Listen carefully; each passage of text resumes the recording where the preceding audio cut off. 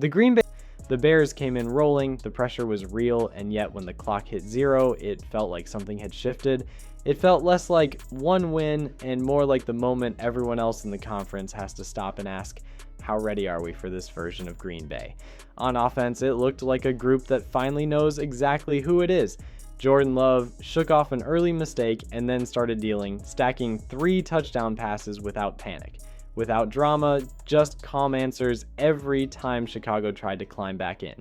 Christian Watson turned tight coverage into explosives, Bo Melton blew the top off the defense right before halftime, and Josh Jacobs kept dragging the pile when the line needed 1 more yard. This was not empty stat chasing, it looked like an offense that welcomes heavy pressure looks, trusts its protection, and dares defenses to decide what they want to lose to, deep shots or a punishing ground game. Then you add the final image and the warning becomes clear. A defense that spent most of the second half on the field still had enough left for Keyshawn Nixon to jump the last throw and slam the door when Chicago was 1 smart throw away from stealing the game. That is the snap everyone around the league is going to see on film because it shows what has quietly changed in Green Bay. This is starting to look like a team that expects to be the one making the final play when everything is on the line, and once you break down how they did it in those closing minutes, that idea gets even harder to ignore.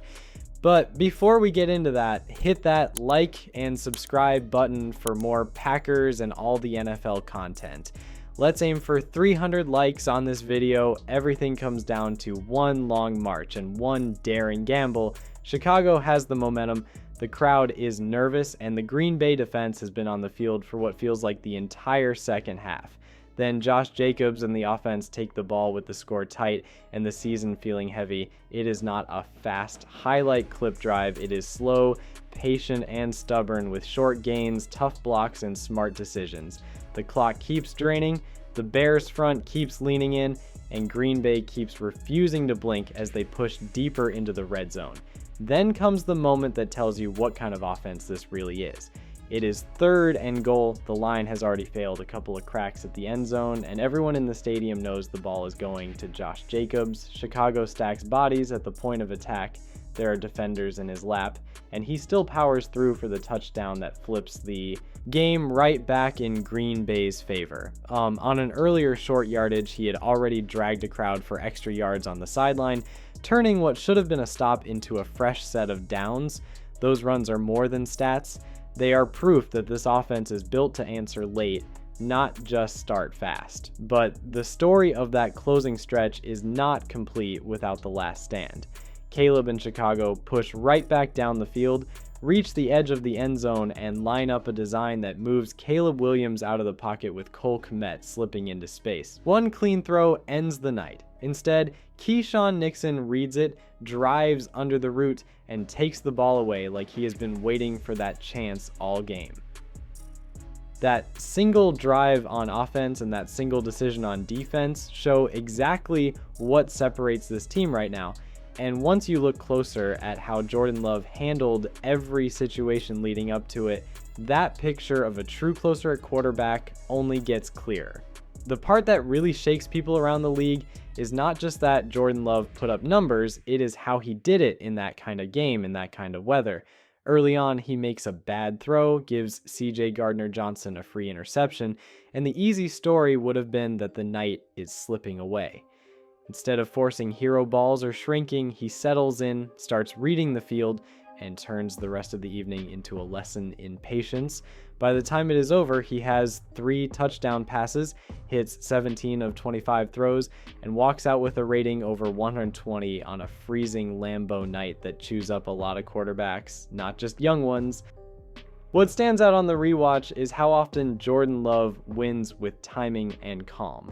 Chicago crowds the line, spins the picture late, and he keeps finding ways to buy just enough time with his feet without drifting into chaos. On 3rd downs, Green Bay goes 8 of 12, and a huge part of that is him trusting the design, trusting his protection, and putting the ball where only his guy can work with it.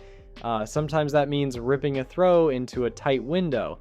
Other times it means taking the easy outlet and living to see the next set of downs. That mix of aggression and control is exactly what separates a hot streak from a foundation. The deeper you look, the clearer it becomes that Jordan Love no longer plays like a passer who is just happy to be starting. He talks at the line, changes routes when he sees a matchup he likes, and clearly believes that if the defense shows a single high look, his receivers are going to reward that confidence. That trust is what turns simple concepts into explosive strikes, and it is also what makes coordinators nervous because you cannot just sit back and hope he makes the wrong read anymore. Once you shift the focus to the chemistry he has built with Christian Watson, Bo Melton, and the rest of that receiver room, those explosive plays start to look less like surprises and more like a weapon that is here to stay. The league is going to slow down that tape and freeze frame every snap that went to Christian Watson. Chicago walked defenders up to the line, showed pressure from all angles, and dared Green Bay to trust its protection.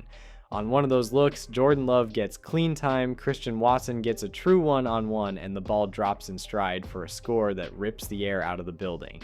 Later, on a money situation, he reads the coverage, adjusts with his quarterback, and takes a simple slant into open space, turning it into a sprint where nobody in a blue helmet can catch him.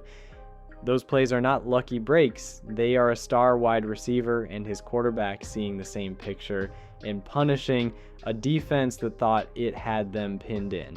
Then there is Bo Melton, the name a lot of people outside Green Bay probably did not expect to hear on a night like this. With the first half running out and the game still tight, he goes vertical. The safeties hesitate for a split second, and Jordan Love lets it fly.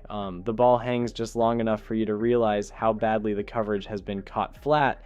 Then Bo Melton glides under it for a deep touchdown that flips the whole feel of the game. This is a player who started as a depth piece, a guy who could move around the formation, now turning limited chances into game-tilting moments. That is how you know this passing attack is getting dangerous. It is not just the top option winning, it is everyone. What makes all of this even more worrying for future opponents is how these bombs change the rules of engagement. Once Christian Watson and Bo Melton have shown they can win vertically, safeties have to back up, corners have to respect the go ball, and those aggressive fronts that looked so scary early begin to thin out. Defensive coordinators now have to decide if they want to live with deep shots over their heads or lighten the box and give ground underneath.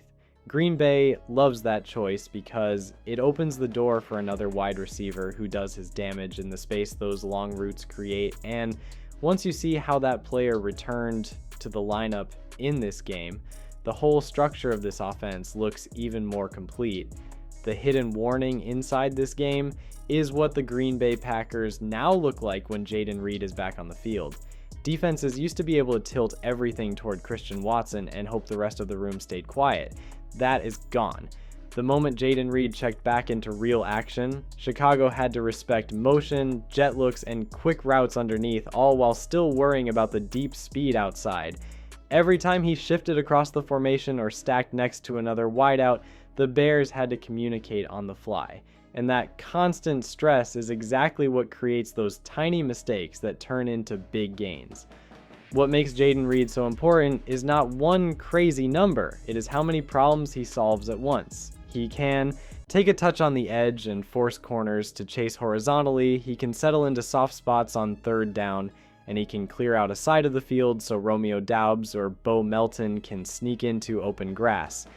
You could feel how much easier life became for Jordan Love once he had that trusted slot option back, someone who could uncover quickly when the rush got close and someone who could sell motion that holds linebackers for a split second. Put that next to Christian Watson threatening deep and suddenly there is no safe place to cheat help on this offense. The bigger story is how complete this receiver group now looks on tape.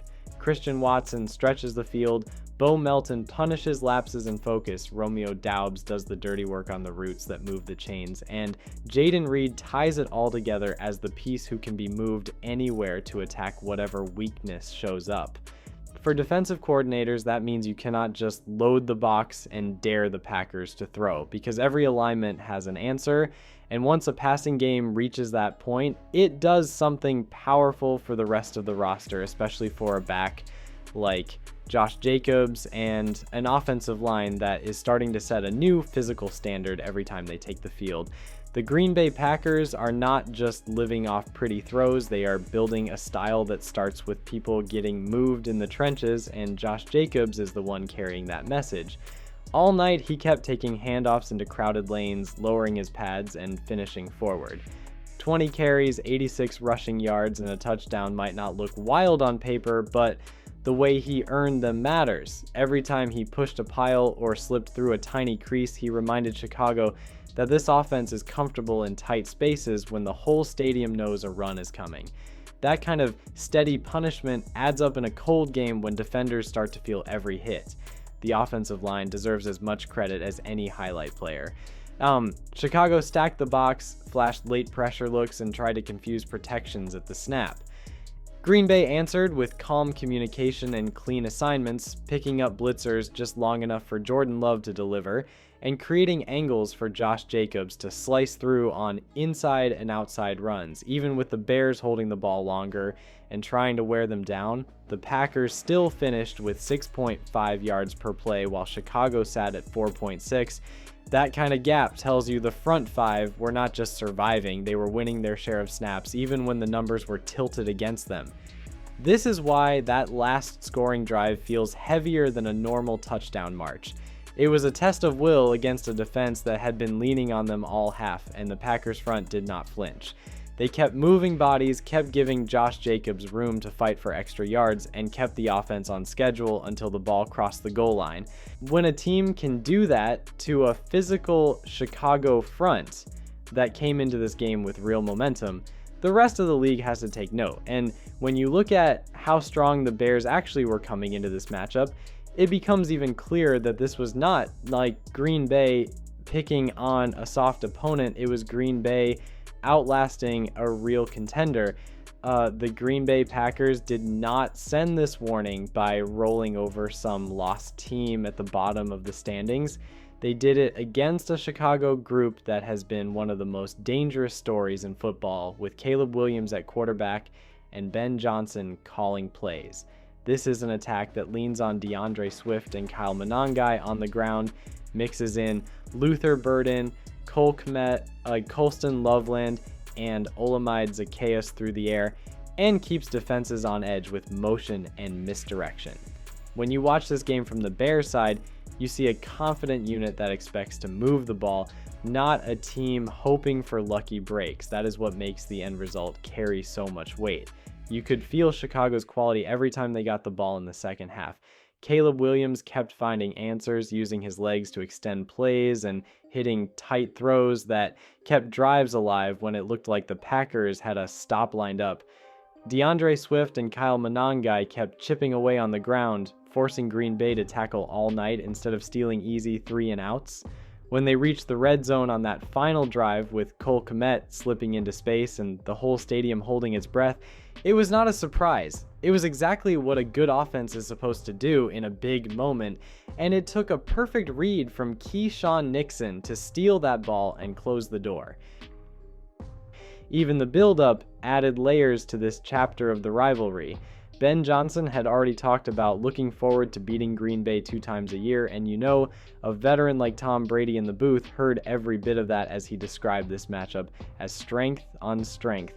An icy handshake after the game did not come from hate, it came from two staffs that know they are going to see a lot of each other with real stakes on the line. That is the context behind this win.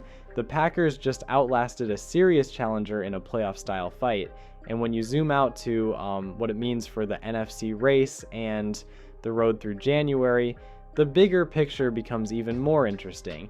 The Green Bay Packers did not just win another chapter of the oldest fight in football, they changed what this rivalry means going forward.